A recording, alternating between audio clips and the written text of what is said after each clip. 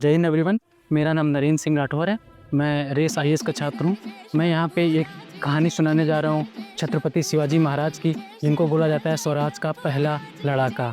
तो छत्रपति शिवाजी महाराज का जन्म हुआ था 19 फरवरी 1630 में।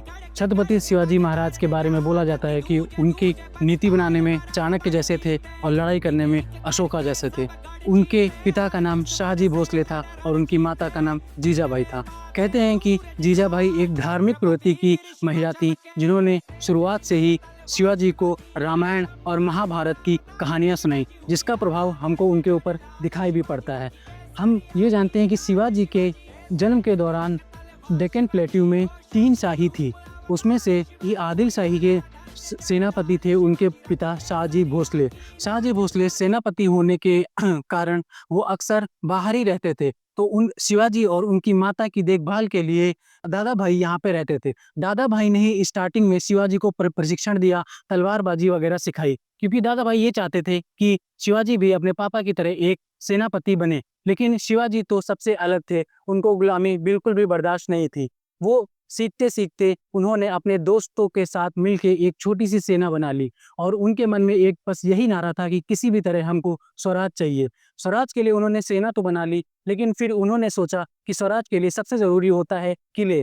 तो उन्होंने तोरण और चाकर नाम के 2 किले आदिल शाही के कमांडरों को घूस देके कब्जा ली। ये घटना है 1645 की। जब आदिल शाही के महाराज को ये पता चला कि ऐसा है, तो उन्होंने उनके पिता शाहजी भोसले को 1649 में कैद कर लिया और फिर 1654 में उनको छोड़ दिया, इस शर्त पे कि शिवाजी वो दोनों किले खाली कर देंगे। उस समय तो शिवाजी ने खाली कर दिए, लेकिन सन 1654 में उन्होंने अटैक करके आदिल शाही के महाराज को ही हरा दिया।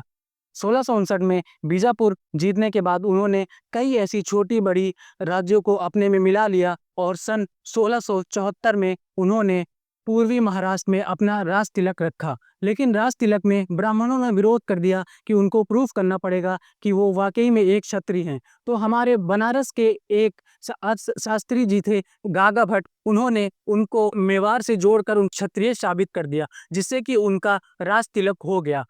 और सन 1680 में बुखार के कारण अंत में उनकी मृत्यु हो गई। लेकिन वो हमारे इतिहास में अमर हो गए, जिनको अभी भी हम याद करते हैं। 19 फरवरी को हम लोग शिवाजी जयंती के नाम से बनाते हैं। उनके पुत्र संभाजी महाराज ने भी मुगलों के खिलाफ लोहा लिया और वो भी काफ़ी प्रसिद्ध हैं, जिनके नाम पे अभी रिसेंट में मूवी बनी है, जिसको छावा बोलते हैं, जिसका मतलब होता है शेर का पुत्र। अब मैं आपको शिवाजी महाराज के ऊपर कुछ 4-5 पंक्तियां सुनाना चाहता हूं, जिससे उनका चरित्र और भी उजागर होगा। 3 अक्षरों का नाम था जिसका इतिहास में वो ललकारी था। छत्रपति शिवाजी वो स्वराज के हवन की चिंगारी था जीजापाई का पुत्र वो, मस्तिष्क भी उसका 2 धारी था। हजारों का पालनहारी वो, हजारों पर अकेला भारी था। मुगलों ने की लाख कोशिशें शिवाजी नाम मिटाकर रखने की। मुगलों ने की लाख कोशिशें शिवाजी नाम मिटाकर रखने की। तब देखी लाल किले ने भी देखी रंजिशें शाइस्ता खान की उंगलियां कटने की।